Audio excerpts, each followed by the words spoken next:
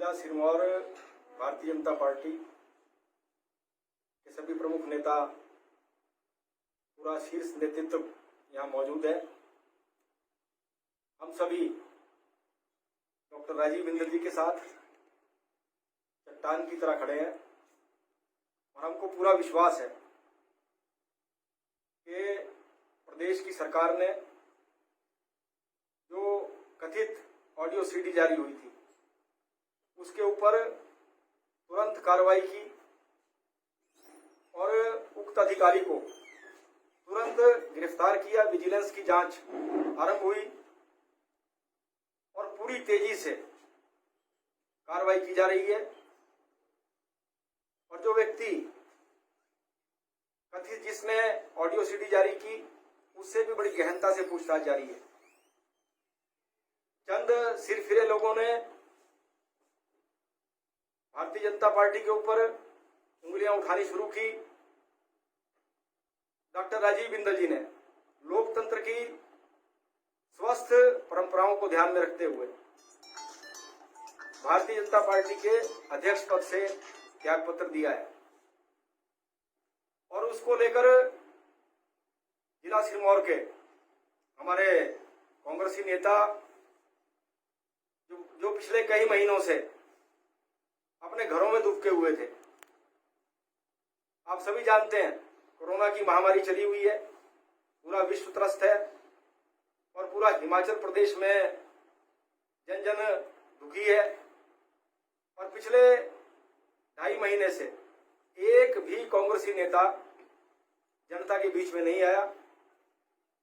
Doctor Rajiv Bindal जी के नेतृत्व में, माननीय मुख्यमंत्री जी जयराम ठाकुर जी के नेतृत्व में भारतीय जनता पार्टी के हजारों कार्यकर्ता लगातार जनता के बीच में सेवा कर रहे हैं। अपनी जान को हथेली पे रख के हमारे सभी नेतागण जनता की कठिनाइयों को दूर करने में लगे हुए हैं। जरूरतमंदों को भोजन वितरित करना हो, आप जानते हैं जिला सिरमौर में पोंटा और नाहन में कारखानों में हजारों की संख्या में प्रवासी मजदूर थे, उनकी देखभाल करने वाला कोई नहीं था। हमारे भाजपा के नेताओं ने, हमारे कार्यकर्ताओं ने उनको भोजन वितरित किया, उनको राशन दिया और हमारी महिला मोर्चे की कार्यकर्ताओं ने और मंडल के कार्यकर्ताओं ने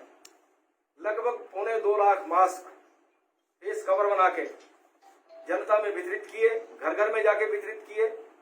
और लोगों को ये महत्व समझाया कि इस महामारी के दौरान में सोशल डिस्टेंसिंग कैसे की जाती है, किस प्रकार से आरोग्य सेतु ऐप डाउनलोड कराने के बारे में बताया और मास्क पहनने की महत्ता को लोगों को समझाया। और इस दौरान एक भी कांग्रेस का नेता या कार्यकर्ता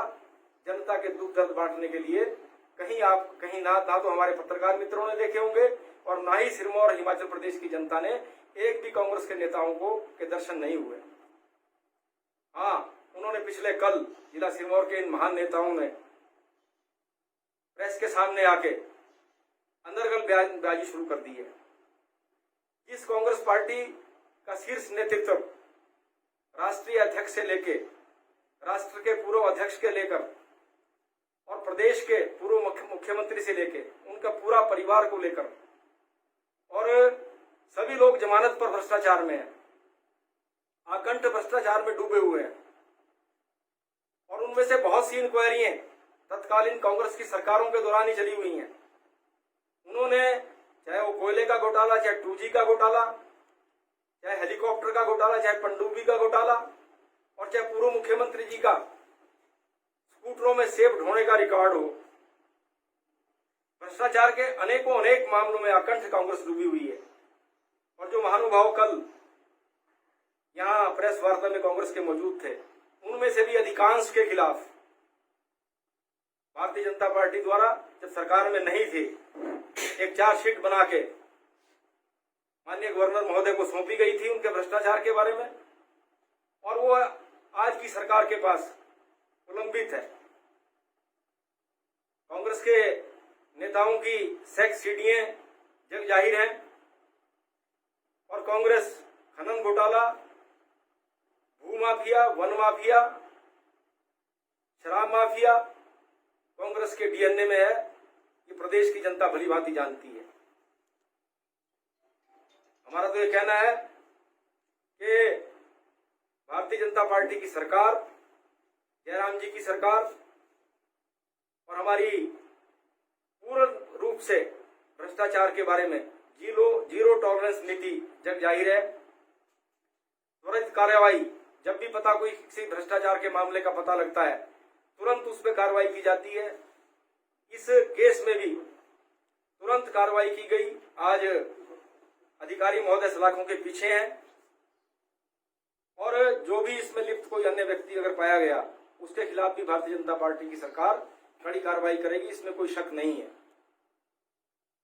जहां तक डॉक्टर राजीव बिंदल जी का प्रश्न है, वो एक जाने माने जननेता हैं, समाज सेवक हैं, ईमानदार व्यक्ति हैं, ईमानदार छवि के व्यक्ति हैं और उनकी बढ़ते कदमों को कांग्रेस सहन नहीं कर सकती। जिस तरह से उन्होंने पिछले 4 महीने में पार्टी को एक जीवंत संगठन का रूप दिया है, एक जनसेवा का माध्यम बनाया है, उससे कांग्रेस पार्टी को के पैरों के तले जमीन खिसकी हुई थी और वो अवसर पाते ही उन्होंने अनर्गल बयानबाजी करनी आरंभ कर दी है। डॉक्टर राजीव बिंदल जी 5 बार विधायक रह चुके हैं,